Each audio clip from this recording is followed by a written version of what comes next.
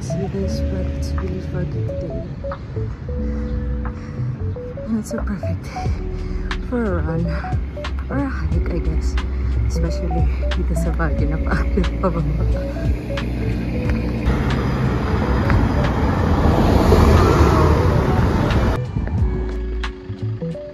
Take it back.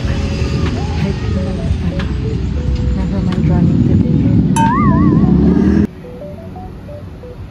Nakakaloka talaga ang weather dito sa Baguio. Nung lumabas ako sa bahay, grabe, napaka-foggy. Pero pagdating ko dito sa town, wow, ang ganda ng weather. So I figured, yes, hike na lang siguro. Kasi grabe din yung elevation from house to town.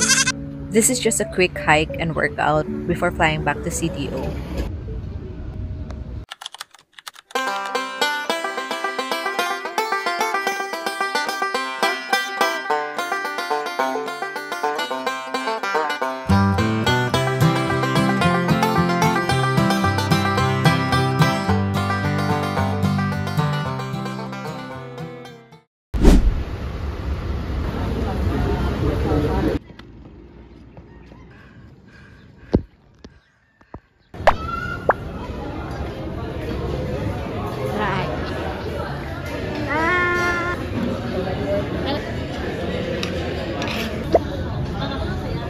Pamili, ayaw na lang.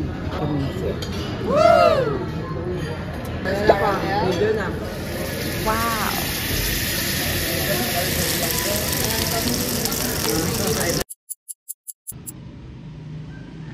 The next day, I set my alarm for 5 a.m. and yes, it was painful, but I showed up.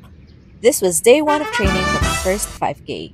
No shortcuts, just small steps, one sleepy run at a time.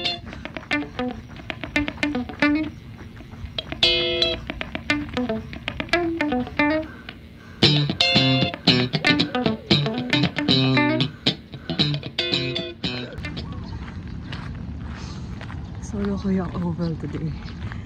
And look at the beautiful sunrise. Whew.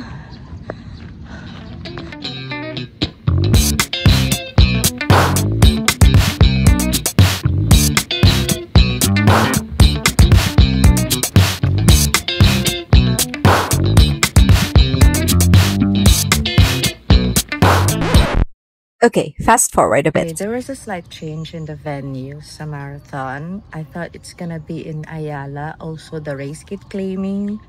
But I got a notification na it's gonna be held uptown. So that's in SM Uptown. So where we're going today, claim the race kit. So yeah, let's go!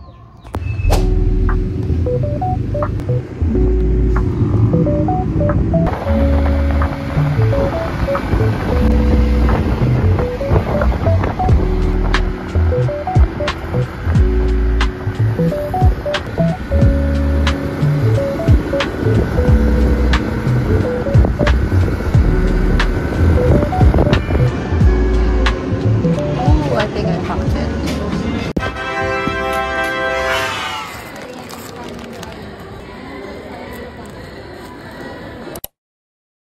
One day before the marathon and it's raining, pero I have to condition yung katawan ko para less injury for tomorrow. Quick workout lang kasi umuulan. So yeah, let's go!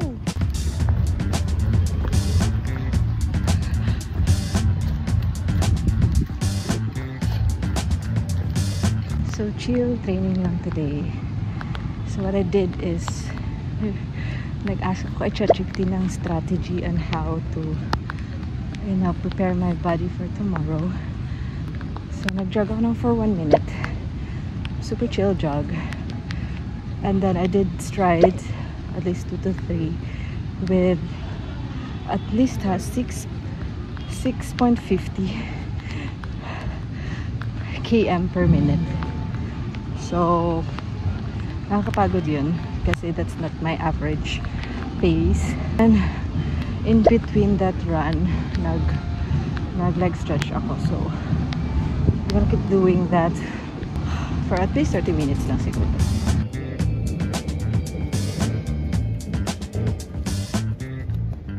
Umuulan pa rin.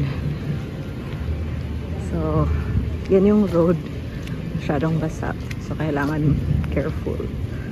But anyway, it's just a chill jog today. Good luck sa akin tomorrow.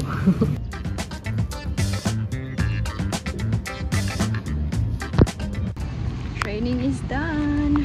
It's race day. Let's go.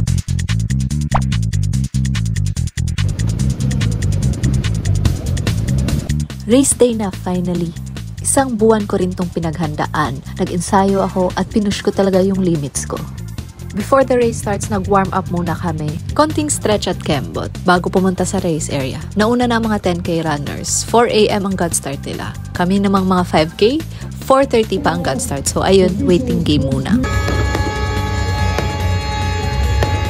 Excited na ako. Pero grabe rin yung kaba ko. Alam mo yung feeling na sobrang kinakabahan ka, parang naiihi ka? Ganon. Pero andito na tayo eh. Walang atrasan. Calling all 5K runners! Goal natin ngayon is maka-finish ng sub 30. Pero alam ko sa sarili ko, based sa current pace ko, medyo impossible ang sub 30. Pero gusto ko pa rin i-challenge yung sarili ko. Kasi minsan, it's not about how fast you are. It's about showing up, trying, and pushing past the limits kahit alam mong mahirap.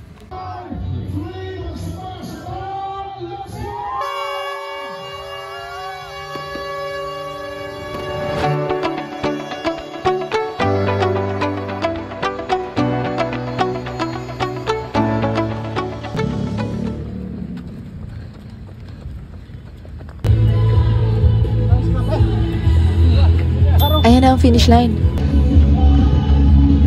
Hindi ko na na-video buong takbo ko. Pero ayan na, malapit na ako sa finish line. Alam ko, hindi ako ang pinakamabilis. Pero kept going. Pagkaabot ko sa dulo, sinabit agad sa akin ang medalya. At ramdam ko agad ang bigat ng bakal at emosyonal din. I did it! I actually finished 5K. At grabe yung emosyon ko. Sobrang saya ko sa mga panahon ito. Umupo muna ako sa gilid, hinihingal pa pero ang saya ng pakiramdam. I finally got the medal, a piece of my hard work. Piraso siya ng lahat ng araw na tinamad ako. Lahat ng takot ko na baka di ko kakayanin. Pero I still showed up. I didn't break sub 30, but I did break 40. And for my first 5K, that's just not enough. It's everything. Proof to na pag ginusto mo, kahit mabagal, darating ka sa finish line. And of course, after the race, dumiretso na ako sa food village. Kasi kung may medal ako para sa effort, dapat may saging, ice cream, at arroz-saldo din ako para sa reward.